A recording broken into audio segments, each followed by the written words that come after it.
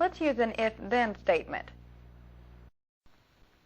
Let's see how we can control program flow with a few short program examples.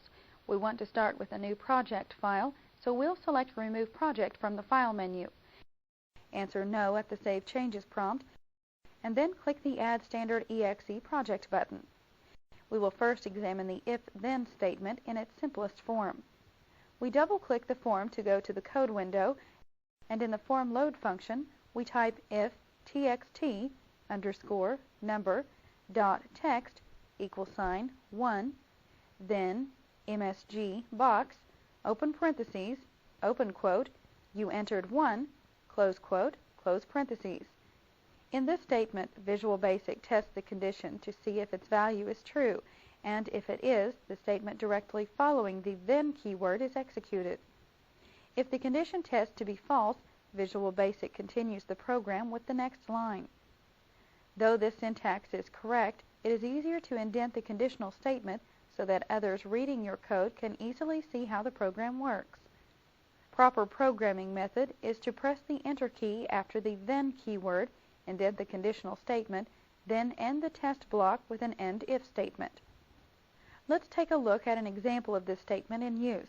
Click the Open Project button in the toolbar and answer No at the Save Changes prompt.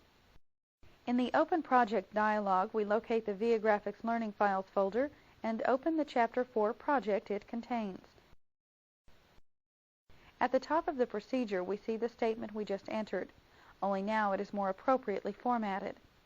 This program is basically a combination of 5 conditional if-then statements that will be evaluated when we press the Command button on the form.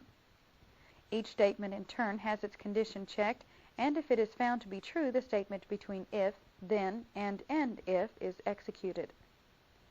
Let's press the F5 key to run our program, and when it starts, we enter the number 1 in the text box and click the Evaluate button. A message box is displayed informing us that we have entered 1.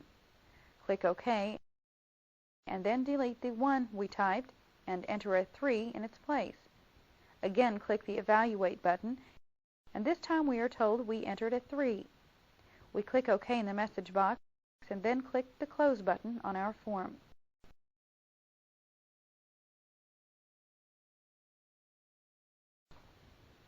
The else block can be added to our conditional test to account for a false condition.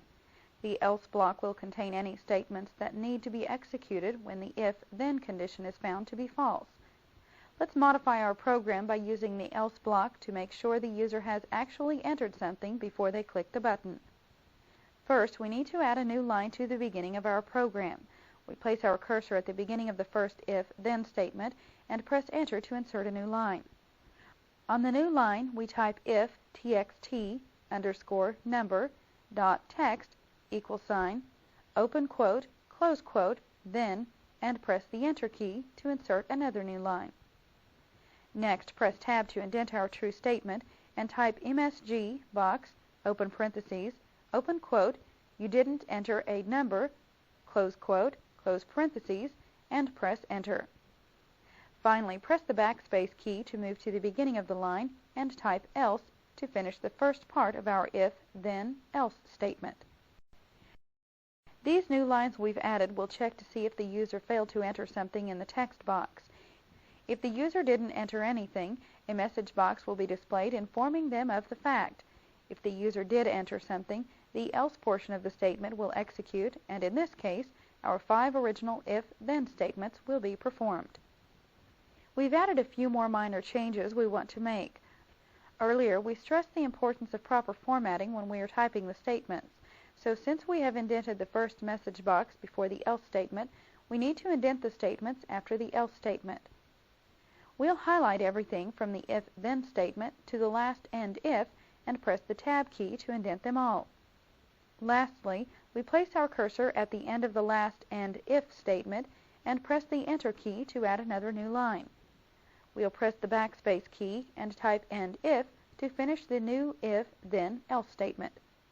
We press F5 to run our program, and when the form appears, we press the Evaluate button without typing anything in it. As planned, we are presented with a message box informing us that we have not entered a number. Click OK, enter a 4 in the text box, and again click the Evaluate button. Now we are informed that we have entered a 4. Click OK to close the message box, and click the Forms Close button to return to the programming environment.